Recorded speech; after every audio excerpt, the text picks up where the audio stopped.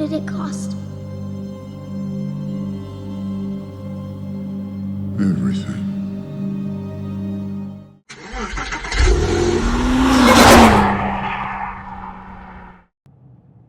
Hey everybody, welcome back and thanks for tuning in to part 2 of my Porsche 996 restoration series. In the last video, I talked you through the extensive job that Panel Perfect had to do to get my car back up to an acceptable standard. If you haven't seen that video yet, I'd recommend checking it out because the transformation is truly incredible. Today, I'm heading off down to meet Ross at DeTayling to talk about the next steps that the car needs as he applies the final touches to get that car back up to a factory standard. He's going to talk us through what he's going to do to the car to ultimately help protect it against all the Scottish weather can throw at it, as well as getting it back up to a showroom factory fresh standard. So let's go catch up with Ross and find out what he's going to do.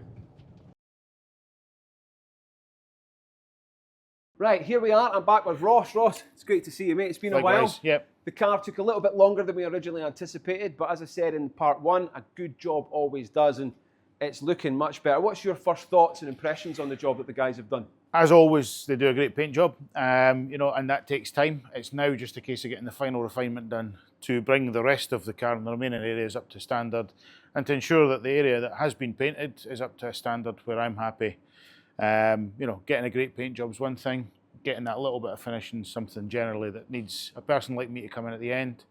I couldn't paint like these guys, so each to their own. Yeah, well that's it. It's just the finishing touches at this Correct. point, isn't it? It's just getting some of the areas that you're going to prep. We'll talk through what you're going to do with the car in just a moment. But Yep. yeah, it's getting those areas prepped and ready for the jobs that you're going to do, and just sorting out some of the minor imperfections on the areas that we didn't get painted. So I can already see some of the job that you've done there, and it's a massive improvement. But I'm really looking forward to seeing what you are going to ultimately do to protect the paint job and the project that I've been working on. Can you tell me a little bit about what your plans are with the car? Yeah, so first and foremost is to get rid of the age-related defects within the paint. We're not going to get rid of everything. The paint is extremely thin, what's remaining. However, getting that safely to a point where it's as good as it'll ever be, and removing most of that 27 years worth of defects that have been built up. There's quite significant and heavy marring on the paint, and that will also have, there'll be more defects underneath there that we can't see. So as I start to work on it, you start to take off that top layer and start to see more of what's underneath. But always been mindful that I don't want to remove the originality of the paint. Of course, so it's been very careful and canny, but at the same time trying to get the best result on balance. Considering this is pretty much the only remaining original paint on the car, because everything else was painted bar the roof and the rear spoiler there. And that's the main areas that you're going to be sort of working on, trying to get some of the swirl marks out and stuff, aren't you? Yeah. But you're also going to be doing a little bit of protective work. Yeah, so once I've completed the top section, I'll still take the machine around the whole car just to make sure that it's up to a standard I'm happy with.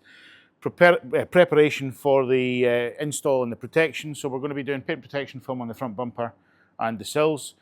Two of the areas which are most likely to see impact. And the remaining paintwork will protect with wax, just to give you an opportunity, whether it be 6 months, 12 months down the line, to alter that or change without having to do a lot of remedial work to remove or replace something that we might do. Yeah, because I remember you saying the last time we caught up that if we went for the ceramic coat, it's a little bit more of a laborious task to remove if we were to then PPF other areas of the car. Yeah, it's not impossible. It's it's entirely possible, but what you're doing is giving yourself more work, extra work, therefore more cost. Thinking about the long term as opposed to doing things for the short term just now.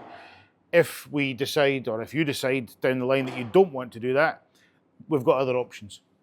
Yeah, no, that's perfect, because ultimately my budget has ballooned since I initially started this. When I first went round to chips away at this point, it was like, I'd like to get some of these chips removed and whatever else. There's a little bit of rust there, and the rust was the biggest concern for me. It was clear that it was starting to creep up some of the wheel arch. It just wasn't clear how much that had impacted the rear sills when we started taking the skirts off. So I'm really glad to hear that, one, I've seen the jobs that you've done in the past. Your car, for example, when we had that on the channel, was absolutely perfect. And I'm really looking forward to just preserving the car as best as we possibly can, and ultimately just making it last another 26 years. I'm hoping that is the plan.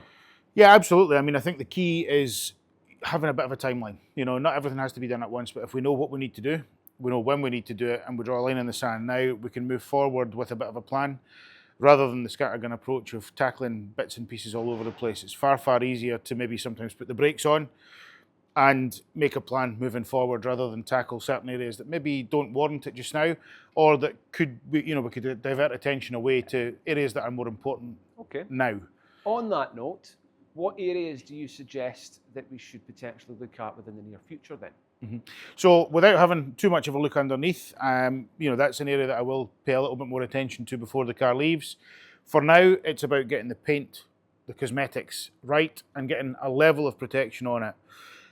To revisit, generally speaking, I'd be looking at the front end for a little bit more protection, depending on your use. So you think more PPF across the wings and the bonnet? Correct, yeah. And then depending on how things pan out over the next little while with regards to use, we can add other areas. Now, it's not to say that we're going to entirely prevent damage, but what we maybe want to do is see if the car is taking damage, add protection where we need it. Ceramic coating is going to give a great level of protection from the elements rather than impact damage. So it's just a balance. And all that sort of stuff. It's not really designed for preventing that side of things, whereas the PPF is, because it produces a thin layer over the car, Yeah, so PPF is a sacrificial layer on top of the paint, which can be removed or replaced should it get damaged, whereas a ceramic coating won't give you protection from impact. It will give you protection from atmospheric contamination, bird lime, etc. So it makes life easier in the long run, and it gives the paint a good layer of protection. PPF is for the impact damage, you know, particularly high stone chip areas. Many Porsche have a more flared hip at the rear, so those areas really warrant paint protection film, because you're constantly getting sand, stones, salt, you know, catching these areas. And with the PPF, which PPF is it that you use? So I use Gyeon, both PPF and coatings.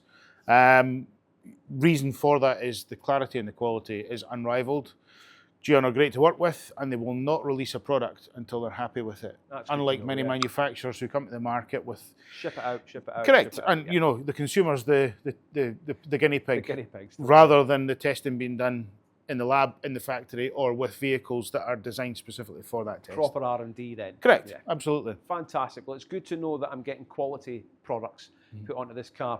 And with detailing, how long have you owned the company? Tell us a little bit about detailing and what made you set it up. So I started back in 2018, set the business up then, and it's grown from there to become more about the enhancement and protection. So I do a lot of work on classics, modern classics, high-end vehicles, supercars, all the way through to daily drivers. And it's about getting the right fit for the client. There isn't a one-size-fits-all. Of course, yeah. You know, the correction and the preparation that we're going to do to your car will be very different to the next car that comes through the studio. So it's about getting something that's going to fit what you need, fit your budget, and also to get it to a standard that I'd be happy to have my car at when it leaves. I'm very passionate about both the quality and the standard that I work to, and also the time I take to get to that standard. I'd far rather work on a quality basis than a quantity basis. Again, as I said earlier on, I would prefer a slow job that results in quality rather than a rush job that results in poor quality, that you're then having to revisit things a year or two further down the line. It's been away from me since September, so I don't really have any concern about any length of time. I am dying to get it back. I want to get it back on the road, certainly for the show seasons that's coming up very shortly. But I'm absolutely blown away by the job that Panel Perfect has done, and I'm really looking forward to seeing just those final touches that you can add to the car, because I think it already has lifted it up. And now, as you said earlier, it's just a case of preserving and protecting it for the next 26 years. Yeah, absolutely. You know, that little, like you say, the little final touches just to get the whole car to the same respectable standard as the paint job that's been done, and give you an easy life moving forward to keep it that way. I like the sound of that, man. I like an easy life. So on that note, I'll not take up any more of your time, and I'll leave you to it, because there's still a lot of work to be done on this. And whilst we don't have a lot of time, you are a busy man, so I don't want to take up any more of it.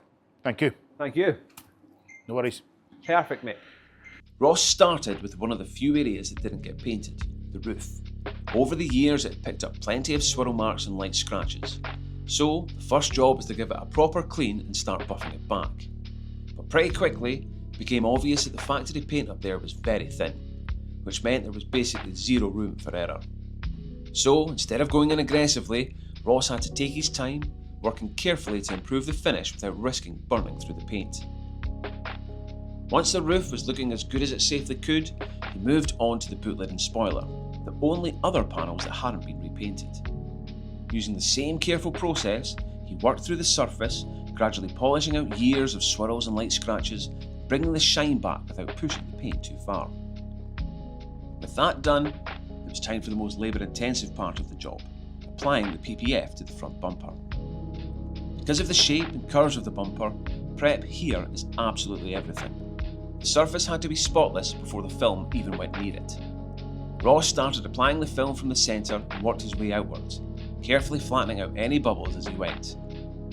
The kit uses a pre-cut sheet from Gyeon, which definitely helps, but even then, the shape of the bumper means you can't rush it. Every curve, every edge, every contour has to be persuaded into place, making sure there are no creases and no trapped air. Once the main section was down, he cut out the remaining air intake areas and tidied up all the edges, so the film sits perfectly and is basically invisible when you're looking at the car. With the bumper finished, he moved on to the side skirts. Thankfully, these are much flatter, so the film went on far more quickly and smoothly on both sides. Now, with PPF applied to all the high impact areas, the car's got a solid layer of protection against whatever our lovely British roads decide to throw at it. And this is the final result.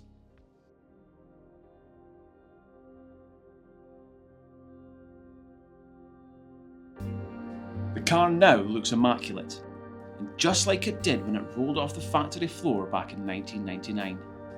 Gone are the imperfections, and in their place is one of the most vibrant paint jobs you'll ever see. What do you think? Have I given the car a new lease of life, or was it a waste of time and money? Leave your thoughts in the comments below. If you've enjoyed this video and want to see more content just like it, make sure to call shotgun by liking and subscribing, and I'll catch you on the next road trip. Thanks for watching.